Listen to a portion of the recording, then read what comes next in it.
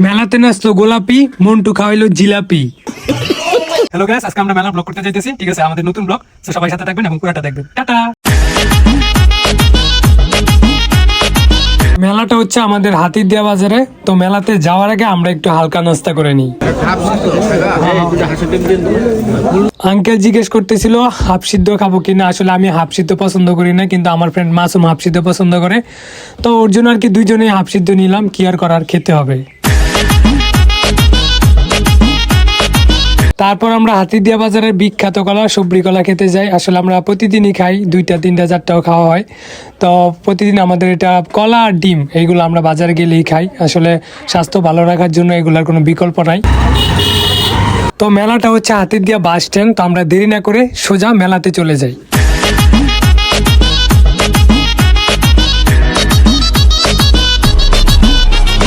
মেলাতে গিয়ে দেখলাম অনেক সুন্দর সুন্দর চুড়ি। তারপরে আমরা গান করি। সত্যি বলতে মেলাতে ছেলেদের কেনার জন্য তেমন কিছুই নাই, শুধু খাওয়া দাওয়ার ব্যবস্থা আছে। তবে মেয়েদের কসমেটিক পাওয়া যাবে, মেয়েদের বাচ্চাদের তাদের আছে, কিন্তু ছেলেদের কোনো কিছুই নাই। আগে সানগ্লাসের দোকান আসতো, এইবার তাও আসে নাই। বললামই তো মেলাতে ছেলেদের কিছুই নাই, শুধু খাওয়া দাওয়া ছাড়া। তো আমাদের আর কি করতে হবে, খাওয়া দাওয়া করতে হবে। সেই জন্য প্রথমেই আমরা জিলাপি দিয়ে শুরু করি।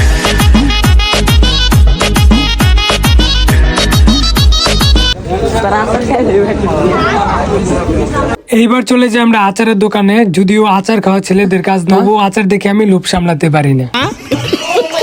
যেহেতু অনেক ধরনের আচার, সেজন্য সবার মতামত ভিন্ন, এই জন্য এটা খাবে ওইটা খাবে। কিন্তু আমাদের কাছে সবচেয়ে বেশি ভালো লাগছে হচ্ছে চালতার আচার। সেজন্য আমরা পরিমাণ মতো চালতার আচার নেই এবং খাওয়া শুরু করি। এইবার ছেলে মেয়ে সবার পছন্দের ঝালমুড়ি খাওয়ার পালা। চলুন দেখি চাচা কিভাবে ঝালমুড়ি বানায়।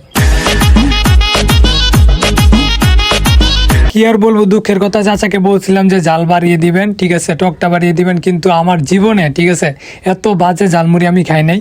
কারণ বদনাম বলতেছি না, কিন্তু খুবই বাজে ছিল, খুবই বাজে ছিল, খুবই বাজে। কি বলবো ভাই, এত বাজে হওয়ার পরেও ঝালমুড়ি থাকে নাই। বললামই তো মেলাতে বেশি দোকান আসে না, হাতে গোনা কয়েকটা দোকান ছিল। তো আমরা সবগুলা দোকান আপনাদেরকে দেখাইতেছি এক এক করে, আপনারা দেখতে থাকুন। আর বিশেষ করে বাচ্চাদের আর হচ্ছে মেয়েদের, এছাড়া ছেলেদের কোনো কিছু, ছেলেরা যে কোনো কিছু আনবে এরকম কোনো কিছুই নাই। এটা খুবই দুঃখজনক। আমরা শুধু শুধু গিয়েছিলাম। এইদিকে চাচাকে বিশ্বাস করে আবার আমরা ফুচকা অর্ডার দিই। এবার বিশ্বাস আছে চাচা অনেক ভালো ফুচকা বানাবে, কিন্তু বিশ্বাস করেন এবার সত্যি সত্যি অনেক জঘন্য ফুচকা হয়েছিল। এইবার চাচাকে ফেলে আমরা চলে যাই চিংড়ির দোকানে। লেখা ছিল জাল চিংড়ি ফ্রাই। তো আমরা ভাবছিলাম মোটামুটি জাল হবে, কিন্তু বিশ্বাস করেন ভাই জাল বলতে এখানে কোনো শব্দই ছিল না। আর এটা গরম খেলে মজা লাগে, ঠান্ডা যে খাবেন সে পুরোপুরি ঠকে যাবেন। সো ঠান্ডা থেকে দূরে থাকবেন।